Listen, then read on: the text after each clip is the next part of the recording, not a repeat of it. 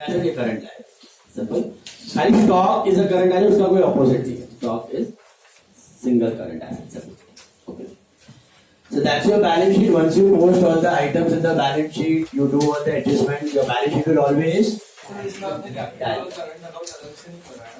बनाया तो है, बट वो लायबिलिटीज कॉलम में ही आता है। आपने बोला ना लायबिलिटीज में कैपिटल डायरेक्टली लायबिलिटीज में जाएगा। जब करंट वाले अकाउंट भी बनेगा ना कैपिटल और करंट, या तो कैपिटल बनाओगे या तो करंट। अब जिस समय करंट है तो करंट बनाओगे अलग से चार अकाउंट चार ही है ना, ट्रेडिंग पेनल, करंट और balance sheet. Trading panel, capital और बैलेंस शीट। तो कैपिटल सीधा लायबिलिटी में जाएगा और करंट चेंजेस के बाद लायबिलिटीज में जाएगा। कल बताया ना ये डायरेक्ट अपना बैलेंस शीट बना है। ये direct balance sheet. Balance sheet का एग्जॉस्टिव लिस्ट है कि इसमें क्या क्या आइटम्स आ सकता है। ऐसा अगर ये पूरा सम होता तो इसके पहले और एक करंट अकाउंट भी आता तो है ना ऊपर थर्ड पॉइंट में देखो, कल बनाया था मैंने बोर्ड पे, हाँ बराबर। ठीक है। फिर उसका important points, anything that increases the capital come on the credit side of capital or current and decreases that will come on the debit side. मिला? If fluctuating or fixed capital, the current can have any balance, capital will have credit balance. Okay? Balance sheet का points पढ़ लो फटाफट। Lease hold premises मतलब जमीन है, but उसका complete ownership हमारे पास नहीं है, पूरा पैसा हमने नहीं दिया, लीज पे लिया है। लीज मतलब rent, not yearly rent, lump sum rent of 10 years, 15 years, 20 years, 50 years, उतना पैसा दिया हो, उतने टाइम मिले हम ओनर जो बेच नहीं सकते, तो एक्सपेंस नहीं करते नहीं, उतने टाइम के लिए ओनर है, उसको डेप्रिशिएट भी कर सकते, इसे होता नहीं है प्रीमाइस। बिल्डिंग है तो उसमें कर सकती है, और रिपेयर मेंटेनेंस का खर्चा हमें सर कैपिटल अकाउंट है मैं बनाएगा वो ये उस तरह से ही जैसे बैलेंस बैलेंस टोटल नहीं काय वैल्यू ना, बैलेंस ट्रायल बैलेंस में बैलेंस, एवरीथिंग इज बैलेंस। देखो इंटरेस्ट ऑन ड्राइंग्स है ना, कौन किसको देता है? पार्टनर बिजनेस को देता है। तो बिजनेस के लिए it is like an income, receivable की रिसीव। याद करो, interest on investment, receivable, what are the two effects? Asset में इन्वेस्टमेंट में ऐड और PNL credit. Interest on drawing भी पीएनएल क्रेडिट, और कौन से इन्वेस्टमेंट में add? Drawings. Drawings is like an investment for the business, capital is like a loan and drawing is like an investment. तो जैसे investment में add करते हो वैसे ड्राइंग्स में ऐड करना है, बट ड्राइंग्स क्या करते हो? कैपिटल से माइनस करते हो। इंटरेस्ट ऑन ड्राइंग भी क्या करते हो? कैपिटल से minus. You are adding it to drawings basically, but instead of adding it to drawings you are subtracting from capital. वो क्यों किया जाता है? क्योंकि ओनर का है ना, कैपिटल का ओनर को देना है, ड्राइंग्स का उससे लेना है, तो वाई शो सेपरेटली माइनस करके देखो, समझा? Now coming to the important points of balance sheet. Balance sheet is not a ledger account, but it is a statement showing the values of assets and liabilities. Is this clear? Balance sheet कोई ledger account नहीं है। उसमें कुछ बंद होके जाता है क्या? अकाउंट ट्रांसफर, जैसे सेल परचेज बंद होके जाते हैं ना, नॉमिनल अकाउंट बंद हो जाते हैं, बट क्या एसेट लायबिलिटी बंद हो जाते हैं? कैरी फॉरवर्ड होते हैं, उनको सिर्फ कॉपी करके लिखा जाता है बैलेंस शीट। इसलिए बैलेंस शीट में कभी डेबिट क्रेडिट दिखने वाला है? 2 बाय दिखने वाला है? कभी लिस्ट है वो। Since we follow double entry system, assets will be always equal to liability. Total of balance sheet will always tally. The assets and liabilities in the balance can be arranged in a particular order. That's called mark. But करने की जरूरत नहीं है। Alright, let's go to the adjustments. Every trial balance item will have how many effects? 2. Trial balance will have 1. But adjustment will have 2 effects. Is it clear? Right? Why? What are adjustments? Unrecorded transactions. So we follow double entry, so one effect will be debit, one effect will be credit. First one closing stock, याद है? What are the 2 effects? Trading credit and बचा हुआ माल, prepaid expense। इस साल को belong नहीं करना, हटाओ और asset में डालो। कौन से वैल्यू पे रिकॉर्ड करना है? Cost of market price whichever is less due to which concept? Conservative. जितना स्टॉक वैल्यू कम उतना प्रॉफिट्स कम। जितना स्टॉक वैल्यू ज्यादा उतना प्रॉफिट ज्यादा. Depreciation. What are the two effects of depreciation? Assets minus and P&L. Appreciation. Active assets and P&L. याद है? अगर अटक गए किसी भी एडजस्टमेंट में तो कैसे करना है? Make a journal entry. Make a what is journal entry of depre? Debit to assets. What is the journal entry for appreciation?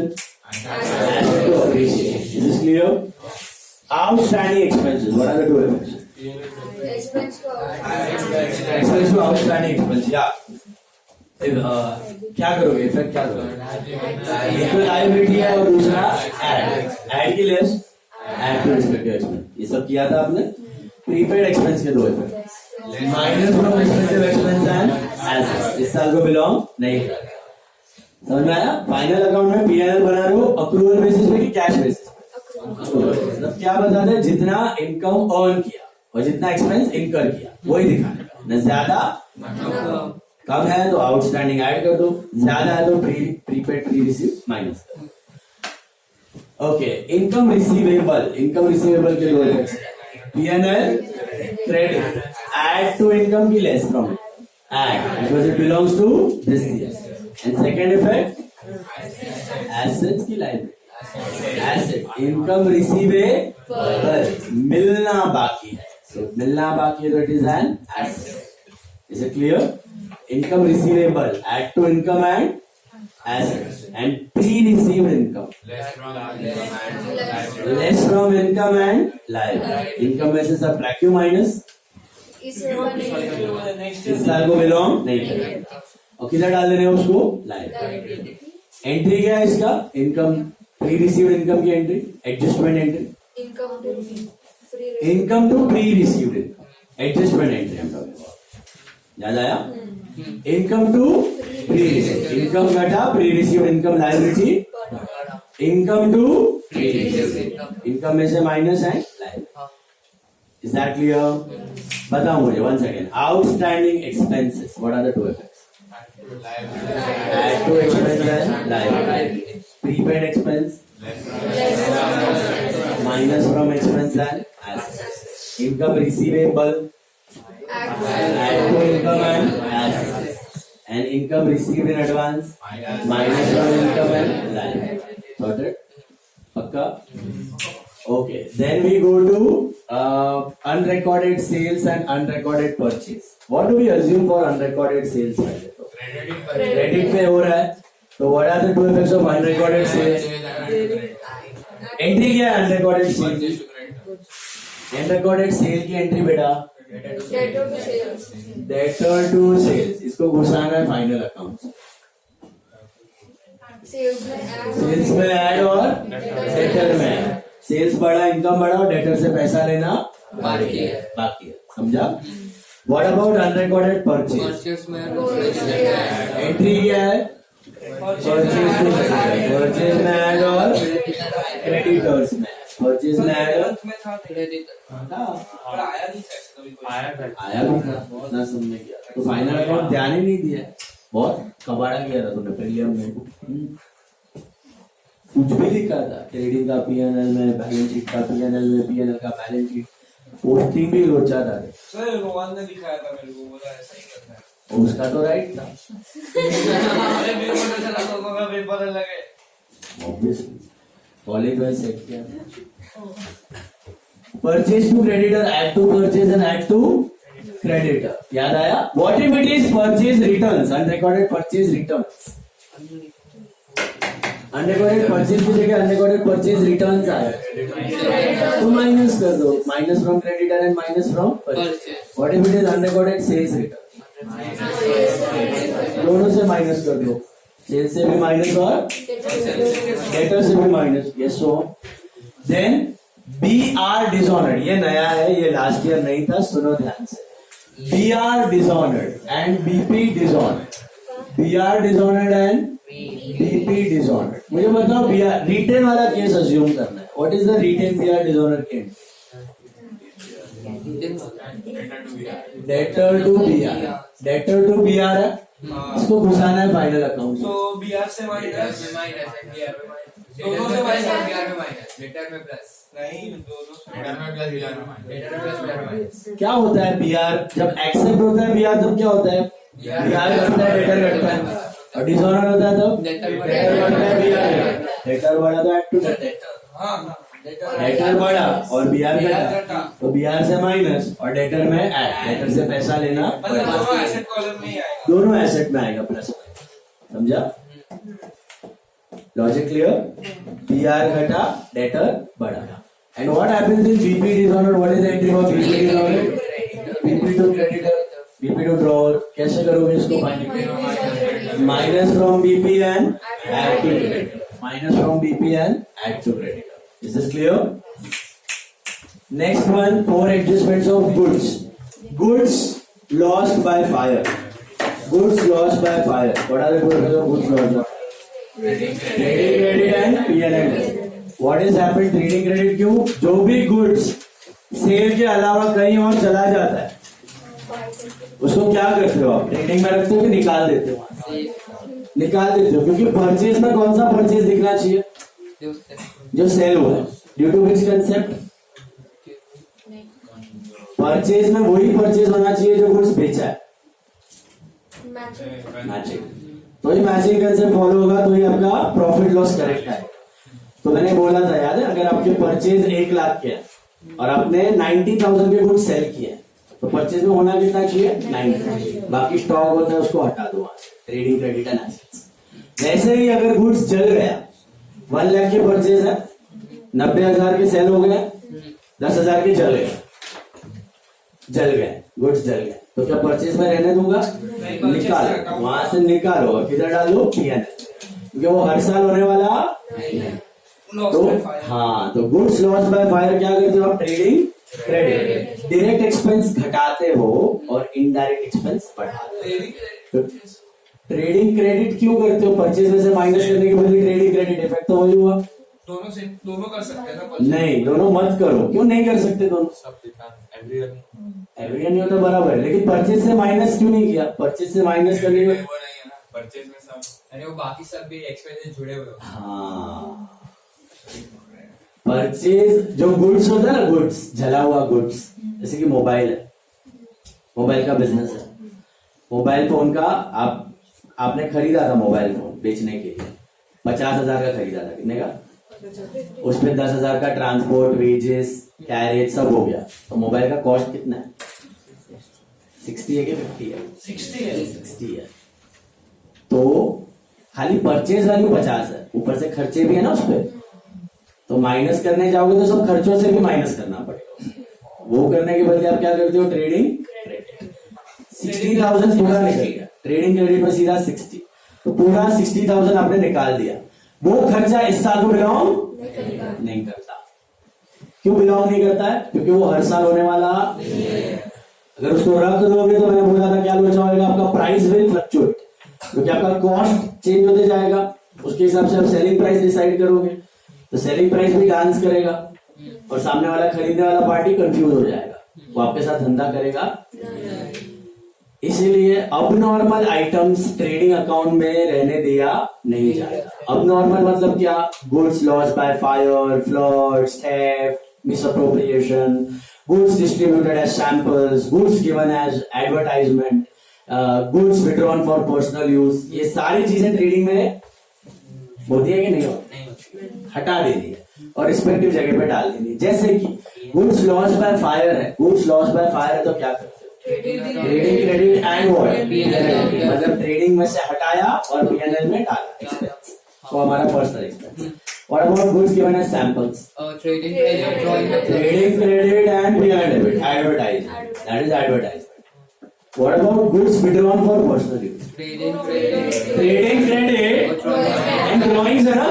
Drawing में ऐड करने के बदले कैपिटल से माइनस क्लियर कैपिटल से माइनस हाँ इधर कैपिटल अकाउंट है तो डेबिट क्रेडिट घटता है ना तो डेबिट तो देख लो उधर effect goods withdrawn for personal use it is trading credit and capital of current trading credit and capital of current debit दिख रहा है आपको देखो शुरुआत से देखते जाओ सबसे पहला closing stock page number 20 What are the two effects of closing stock?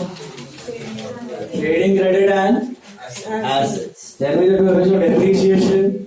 Debit and less from respective assets. Appreciation. Credit and add to respective assets. Outstanding expenses. Add to expense and liability. Prepaid expense. Minus from expense and assets. Income receivable. Add to income and assets. Income received in advance. P&L credit. Minus from income and liabilities.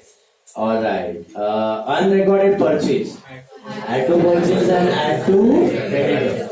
Credit assume करने का. Unrecorded sales. Add to sales and add to debtor. Then we have BR dishonored. BR dishonored. Debtor बढ़ा. Add to debtor. Minus from BR. BR घटा ना. अभी BR से पैसा नहीं लेना है. किससे लेना है? Debtor. BP dishonored. BP कर दिया, लेकिन क्रेडिट का तो पेंडिंग है ना, वो हमें छोड़ेगा नहीं. जैसे हम डेटर को नहीं छोड़ेंगे, वो हमें नहीं छोड़ेगा. तो बीपी से माइनस और क्रेडिटर में, और वो बीआर से माइनस और डेटर का होगा पैसा ला. Okay, minus from BR add to debtor. Okay, goods distributed as free samples. Trading credit and P&L debit. Advertisement. Goods withdrawn for personal use. Trading credit and capital debit या current debit. Okay, minus करने वाले debit. Goods lost by fire uninsured. कोई insurance नहीं है.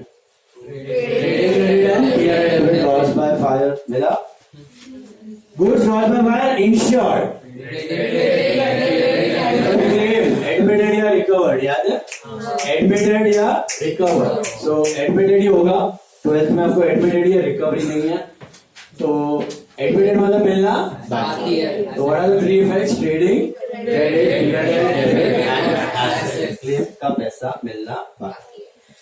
Then very very important adjustments. These are your partners का and business का. मतलब business जो पार्टनर को देता है या लेता है, आपने किया हुआ है, वापस देख लो. इंटरेस्ट ऑन कैपिटल कौन किसको देता है? और पेएबल है कि पेड है? तो सोचो, इंटरेस्ट ऑन कैपिटल एक इफेक्ट क्या होगा? P&L debit. डेबिट बिजनेस का एक्सपेंस, बिजनेस को कॉन्ट्रैक्ट से कर रहा है, बिजनेस का एक्सपेंस है P&L डेबिट. एंड क्यों कैपिटल क्रेडिट देना बाकी है? बाहर वालों को देना तो लोन में ऐड करते हो, है ना? लोन कैपिटल से सब्ट्रैक्ट करेंगे, मतलब कैपिटल अकाउंट में क्रेडिट साइड ऐड होगा. अलग अकाउंट बनाना है. अभी सुनो, what is interest on capital? Outstanding interest है वो. आउटस्टैंडिंग, आपने आउटस्टैंडिंग इंटरेस्ट और लोन किया है ना, क्या करते हो? P&L debit add to interest and liability में ऐड टू लोन. पैसा देना. तो वैसे ही ये P&L debit expense and loan में ऐड करने के बदले किसमें ऐड करने का? कैपिटल. ओनर को देना बाकी. तो ऐड करने के बदले यहाँ पे अकाउंट बना रहे हो, तो कहाँ दिखाओगे? Credit side. समझा? तो P&L debit and add to capital. समझा? Credit side of capital. That is interest on capital. That is interest on capital. That is interest on capital. Same effect is for salary to partner and commission to partner. Salary भी कौन किसको देने वाला है? Business का expense P&L debit देना बाकी है, तो कैपिटल में ऐड, मतलब कैपिटल क्रेडिट. कैपिटल तो कैपिटल क्रेडिट, करंट हो तो करंट क्रेडिट मेरा. सिमिलरली कमीशन टू पार्टनर कौन किसको देगा? Business to partner. दे दिया कि देना बाकी? P&L डेबिट एंड कैपिटल या करंट अकाउंट क्रेडिट. क्यों ऐड हो रहा है? वहां पे बढ़ रहा है. समझ में आया? पक्का पक्का. तीनों चीजें बिजनेस पार्टनर को दे ही रहा है, तो P&L debit and capital credit. Interest on drawings partner business को दे रहा है ना, P&L credit. Income receivable you add to investment, right? But investment क्या इन्वेस्टमेंट है यहाँ पे? हमारा ड्रॉइंग्स इज अवर इन्वेस्टमेंट. तो ड्रॉइंग्स में ऐड करने के बदले कैपिटल से माइनस करना है.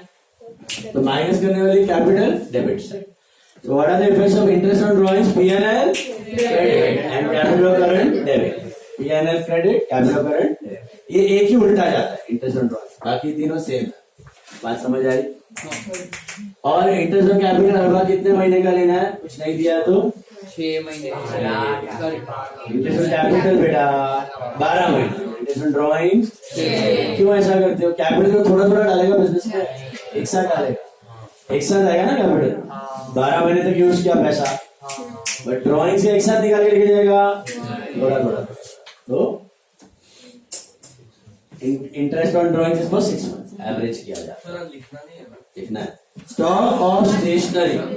स्टॉक ऑफ स्टेशनरी मुझे बताओ guys. Stock of stationery, stock of stationery का अर्थ क्या होता है? अर्थ prepaid stationery. Stock of stationery का अर्थ क्या होता है? Prepaid stationery. Stock of stationery means prepaid stationery. Stock means prepaid. What are the two effects of prepaid expense? Less term stationery and assets. ये भी minus and assets. Is this clear? Trial balance में दिया तो सिर्फ assets. तो मतलब वो recorded है, तो माइनस करने की जरूरत ये भी आएगा आगे. अच्छा, एडवर्टाइजमेंट सस्पेंस याद है? What is advertisement suspense? Deferred revenue expense. It is an asset. याद आया? 2-3 साल का खर्चा साथ में किया है और फिर उसको राइट ऑफ करना है. तो राइट ऑफ का इफेक्ट क्या होगा? Just like depreciation. Minus from advertisement suspense and P&L debit. Minus from advertisement suspense and P&L debit. याद आया? अगर एडवर्टाइजमेंट सस्पेंस 50,000 और लाइफ 5 साल, तो एसेट में दिखेगा कितना? 50 माइनस कितना? 10. 1 साल का 5 साल चलेगा ना. What is advertisement suspense? How will you treat advertisement suspense? Asset. Life is 5 years. तो depreciated over 5 years. Depreciated over 5 years मतलब हर साल कितने से कम करोगे? 10,000 ना, ये 40. तो इधर कैसे दिखाओगे? एसेट में दिखाओगे आप एडवर्टाइजमेंट सस्पेंस कितना? 50,000 minus written off. Written of का मतलब डेप्री.